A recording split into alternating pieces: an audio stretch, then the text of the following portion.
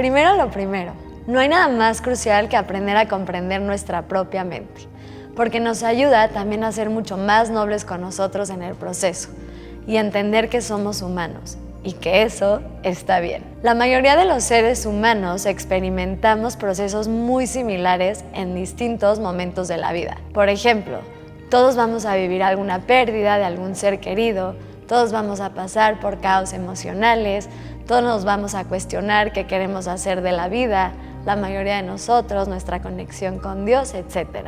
Otra vez, poniéndonos personales, a veces siento que nadie comprende mis experiencias o que nadie ha experimentado sentimientos similares a los míos. Parte de lo que más me gusta de subir mis poemas a redes sociales es que me doy cuenta que muchas personas están pasando por emociones muy similares a las mías. En esta lección te voy a contar sobre 5 conceptos que me han ayudado a entenderme mejor. Te invito a que agarres tu workbook y des 2 respiraciones profundas conmigo. Inhala profundo por la nariz. Y exhálame profundo por la boca. Vuelve a inhalar profundo. Si no has cerrado tus ojos todavía, te invito a hacerlo. Inhala. Exhala. Intenta empezar a bajar tu energía a tu presente y a tu cuerpo para poder responder estas preguntas desde un lugar mucho más tranquilo, menos agitado, con mucha más conexión. Y cuando estés listo, puedes abrir tus ojos y agarrar tu workbook. Estas preguntas son importantes porque nos ayudan a evaluar y a dejarnos ser honestos con nosotros mismos. Muchas veces vivimos en tanto caos que se nos olvida preguntarnos realmente y de manera conectada cómo estamos. Por si no entendiste alguna de las preguntas, te las voy a platicar. La primera, ¿cuál es mi miedo más grande sobre dejar ir? Muchas veces tenemos un miedo oculto, puede ser el miedo a la soledad, el miedo a dejar de vivir con esa persona, tal vez cambiaron tus planes y es el miedo a replantarte la vida. Sea lo que sea, cual sea el miedo, está bien, solamente tómate unos segundos para pensar cuáles son tus miedos, porque puede ser más que uno al dejar ir a alguien. La segunda pregunta es, ¿hay algo que me necesito perdonar? ¿O por qué me cuesta trabajo perdonarme? La mayoría de nosotros, cuando terminamos con alguien, cargamos mucha culpa sobre cómo pudimos haber hecho las cosas diferentes. La realidad es que las cosas no fueron diferentes y está bien. Simplemente es un momento para darte cuenta si hay algo de rencor que estás sintiendo dentro de ti que te podrías ayudar a perdonar. Y la tercera, y es la más importante, es cuál es la historia que me estoy contando constantemente. Generalmente la mente tiende a repetirse una misma historia de qué es lo que está sucediendo. Es que si yo no hubiera hecho, es que si hubiera pasado, o yo voy a hacer esto para que regresemos, etc. Generalmente también nos contamos una historia para seguir apegados. El típico, no puedo seguir adelante, no sé cómo hacerle, qué voy a hacer de mi vida, etc. Sin juzgar cuál es tu historia, tómate unos momentos simplemente para conectar contigo y cuestionarte qué es el diálogo interno que estás teniendo. Ahora sí, vamos por el primer concepto. No es solo el dolor emocional. No es una ilusión. Hay una explicación por la cual el sufrimiento de un corazón roto se percibe no solo a nivel emocional, sino también en el cuerpo. Muchos estudios han revelado que nuestro organismo a veces responde de una manera muy similar a cuando tenemos un dolor físico. La investigación ha evidenciado que las áreas del cerebro que se activan en respuesta al dolor físico también entran en acción durante una separación emocional. Cuando cortamos, experimentamos una disminución en la producción de neurotransmisores como la dopamina y la serotonina. Estas hormonas están vinculadas con el placer y la felicidad. Cuando cortamos, nuestra química cambia. Y es importante entender esto porque a veces no somos los más nobles con nosotros mismos. Algo que aprendí sobre la depresión es que antes creían que existían dos tipos, que podía ser por algo químico que le pasaba a tu cerebro o que podías tener un evento traumático que cambiara la forma en la que ves el mundo.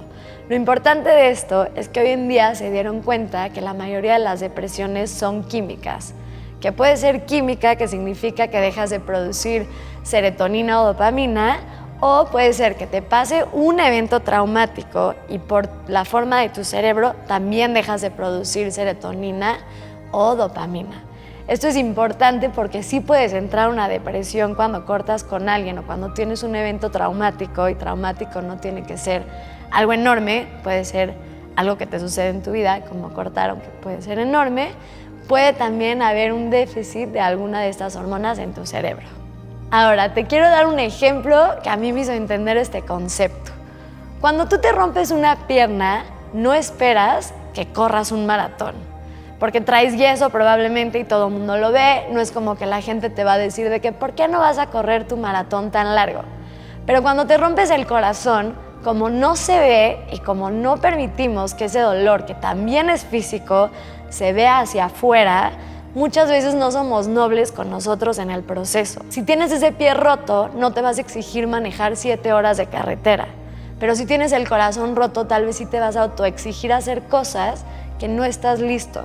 Entonces pon en tu mente y en tu cuerpo esta idea de que tu corazón sí está roto y se vale tomarte breaks, se vale no continuar con tu vida normal como si nada, si necesitas sentarte contigo y aguantarte un ratito y reconstruirte antes de continuar tu vida normal. En tu workbook encontrarás un diagrama donde puedes marcar físicamente dónde te duele. Intenta completar las preguntas. Quizás no encuentres alivio de manera inmediata, pero tener claridad sobre dónde se siente tu dolor físico también te puede ayudar a saber cómo cuidarte. Aprender a escuchar tu cuerpo y a comenzar a sanar. El segundo concepto no es solo la pérdida de la relación. Dejar ir un amor también es dejar ir ideas, fantasías, familia, versiones nuestras, etc. Por ejemplo, si te ibas a mudar con tu novio y ahora ya no, pues tienes que ahora pensar en ese futuro. Si tenías una boda, también es despedirte de ese futuro. Si tenías planes de lo que sea, tienes que aprender a también dejar ir todo eso, la relación con los amigos, con la familia, etc. Entonces, quiere decir que cuando cortas con alguien, puedes dejar ir mucho más que solamente a la persona, sino todos los planes a futuro y todas las relaciones que generalmente tenías vinculadas con ese exnovio. Muchos de nuestros roles sociales se definen a través de nuestras relaciones románticas, siendo esto específicamente relevante para las mujeres y personas socializadas en roles femeninos, quienes a menudo han sido condicionadas a desarrollar su identidad en torno a vínculos románticos y a la maternidad. Eso quiere decir que las mujeres, cuando cortamos, que estamos tan acostumbradas, porque nos educaron un poco más a la codependencia, a que tienes un límite de tiempo para encontrar a la persona correcta, a que tu rol como mujer es tener una familia, muchas veces esto también nos cuesta mucho trabajo porque lo tenemos muy arraigado a nuestras creencias. A veces somos los últimos en comprender que está bien sentir que tu vida se desmorona, pero eso no significa que debes dejarla caer sin sostén, sino que está bien sentir ese caos y ese dolor, pero que también puedes continuar con tu vida sin estancarte y aprendiendo a vivir en el presente mientras trabajas en tu propio crecimiento. El tercer concepto es el miedo al abandono. No eres la única persona que se siente así. El miedo al abandono es de los miedos más comunes y tiene un trasfondo muy importante. Es muy importante porque viene literalmente en nuestro ADN. En la prehistoria dependíamos para sobrevivir de una sociedad. Es decir, si eras un bebé o una familia y te dejaban vivir solos, la probabilidad de supervivencia era muy baja, porque necesitabas de toda una comunidad para poder seguir viviendo. Por ejemplo, necesitabas alguien que case, alguien que se quede a cuidar, quien te proteja de otros animales, etc. Entonces el miedo al abandono viene literalmente de un miedo a la supervivencia.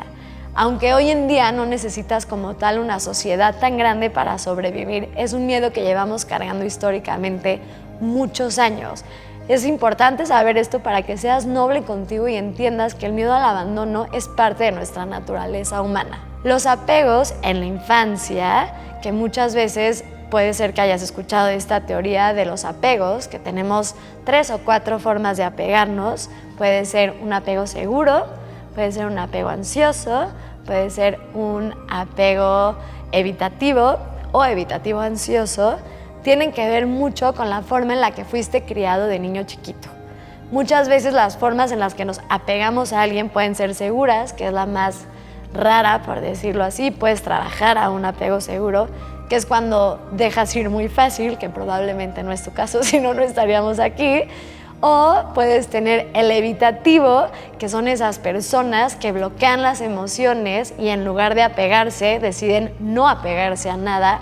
O puedes tener el ansioso, que es muy probable que tengas eso, que es un tipo de apego donde sientes mucho miedo cuando alguien se va. Es el típico no te contestan y empiezas a pensar los peores escenarios, etc. Esto tiene que ver generalmente mucho con tu infancia, con cómo viviste la relación con tus papás, etc. Y puedes crecer y cambiar tu forma de apego. También hay personas que te van a enseñar diferentes formas de apegarte o vas a ser diferente con diferente tipo de personas, pero generalmente las personas que somos ansiosas tendemos a apegarnos mucho a personas que son evitativas y las evitativas a las ansiosas, y es la combinación más dolorosa porque el ansioso siempre va a estar persiguiendo al evitativo y el evitativo necesita de un ansioso para sentirse querido. Entonces te invito mucho a trabajar tu forma de apego. Puedes encontrar mucha información sobre esto, solo te las dije a grandes rasgos para que más o menos veas si te identificaste con alguna. En tu workbook encontrarás una lista de signos que indican que puedes tener miedo al abandono. A veces no somos conscientes de cómo este miedo controla nuestra vida. Y darte cuenta de que es algo en lo que puedes trabajar es uno de los actos más valientes de amor propio. El cuarto concepto: son etapas y no tenemos paciencia. Entender las etapas del duelo puede ayudarnos a identificar qué es lo que estamos sintiendo. Es importante decirte que cada persona es diferente y que estas etapas no siguen una línea del tiempo estricta, donde no solo experimentas cada una en un orden específico e individual. Puedes sentir muchas al mismo tiempo o algunos días pasar por unas y otros días en otras, y eso está bien. Algo importante de entender las etapas del duelo es que existen estas etapas porque la mayoría de nosotros pasamos por ellas. Que esto te ayude a darte cuenta que no estás solo en estar pasando en cada uno de estos momentos, ¿ok? Esto te va a ayudar a conocerte, el terreno que estás transitando. Porque es muy difícil estar de 0 a 100 y eso es lo que generalmente queremos hacer. Si estoy muy mal, quiero estar muy bien sin pasar por las etapas de en medio y entender que hay todo un proceso, aunque sea un proceso revuelto, te puede ayudar mucho más a navegar esta pérdida. Son las mismas etapas que en un duelo, en la muerte de alguien. La primera etapa es la negación. Por esta pasamos absolutamente todos. Casi es el día que cortaste y te vas a dormir y no puedes entender cómo es que ya no estás con esa persona. Haces todo para no aceptar la realidad. Muchas veces te quedas como en ese lugar tóxico, hoy en día que ya cortamos por teléfono o WhatsApp. Muchas veces es no querer que se termine esa conversación, mandar ese mensaje, esperar esa respuesta. Estás negado a aceptar que las cosas son lo que son. Y es normal pasar por esta etapa.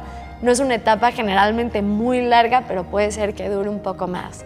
Si quieres trabajar en tu negación, esto es lo más difícil, pero poco a poco trata de ver tu diálogo interior y ver cuál es la historia que te estás contando para no ver tu realidad. La segunda etapa es la ira o el enojo, que también todos pasamos por esta.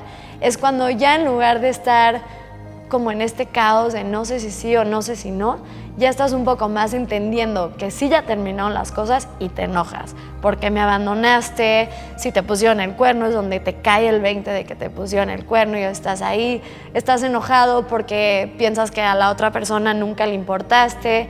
Generalmente en el enojo tendemos a dramatizar todo muchísimo más Y luego va pasando el tiempo, y creo que a todos nos ha pasado, que pasa el tiempo y te das cuenta que estabas un poco exagerando la historia en tu mente. Y está bien porque es parte del proceso, porque a veces utilizamos el enojo para justificar el dolor que estamos sintiendo adentro. La negociación es otra etapa que me parece a mí la más divertida. Es donde empezamos a negociar con nosotros mismos, con el universo, Dios, lo que sea para ti, con la vida o con nuestro ex. Generalmente es un como, voy a cambiar y voy a hacer esto y esto y esto para que no te vayas. Eso es con tu ex. Si es con el universo, le empiezas a llorar a la vida de que es que te juro que si regresa mi vida, yo voy a misa o no sé, cada quien que prometa. Y la última es contigo mismo, de que vas a trabajar muchísimo en ti para que tu ex quiera regresar contigo. Voy a ir al gimnasio, voy a ir a hacer todo esto, y empiezas a negociar y a hacer tratos para regresar con esta persona. Lo peligroso de esta etapa es que generalmente, como estamos negociando desde un lugar de desesperación, estás muy dispuesto a prometer cosas que muy probable no puedas cumplir a la larga. Por ejemplo, si le prometiste a Dios que vas a ir a misa, generalmente es algo que no podemos cumplir. Si le prometiste a tu exnovio, te juro que si regresamos no vuelvo a ver Instagram y borro mi red social, igual y lo aguantas 6 meses, pero probablemente vas a regresar ahí. Por eso es una etapa muy peligrosa. La etapa que sigue es la depresión. Es para mí una etapa muy buena porque es cuando empiezas a aceptar toda la situación, a decir, ok, esto está pasando de aquí, ¿cómo lo manejo? Para mí es una etapa muy bonita porque generalmente las primeras 3 etapas estás habitando la ansiedad. Y cuando habitas la ansiedad, lo difícil es que vives en un constante sí pero no, en una batalla dentro contigo mismo de si las cosas van a cambiar, si no van a cambiar, etc. Cuando entras en depresión, generalmente tiene que ver con que ya aceptaste cómo es la situación y te estás dejando sentir el vacío profundo, profundo que te está dejando este momento. El humano, por cómo estamos educados, nos cuesta mucho trabajo sentir tristeza porque lo vemos como una emoción negativa, cuando no existen emociones negativas y positivas, simplemente son. Entonces, si estás en un lugar de tristeza profunda, aunque puede ser que no se sienta bien en ti, en tu cuerpo, etc., eso no quiere decir que es un momento malo o una emoción mala. Y la última es la aceptación. Aquí sí ya aceptas por completo la situación. Es cuando empiezas a ver la luz blanca al final del túnel, cuando dices, ok, así es mi situación, ya corté, ya no voy a estar con esta persona, ahora ¿qué hago con esto que estoy sintiendo? ¿En quién me quiero convertir? Generalmente después de un corazón roto tendemos a evolucionar mucho como personas.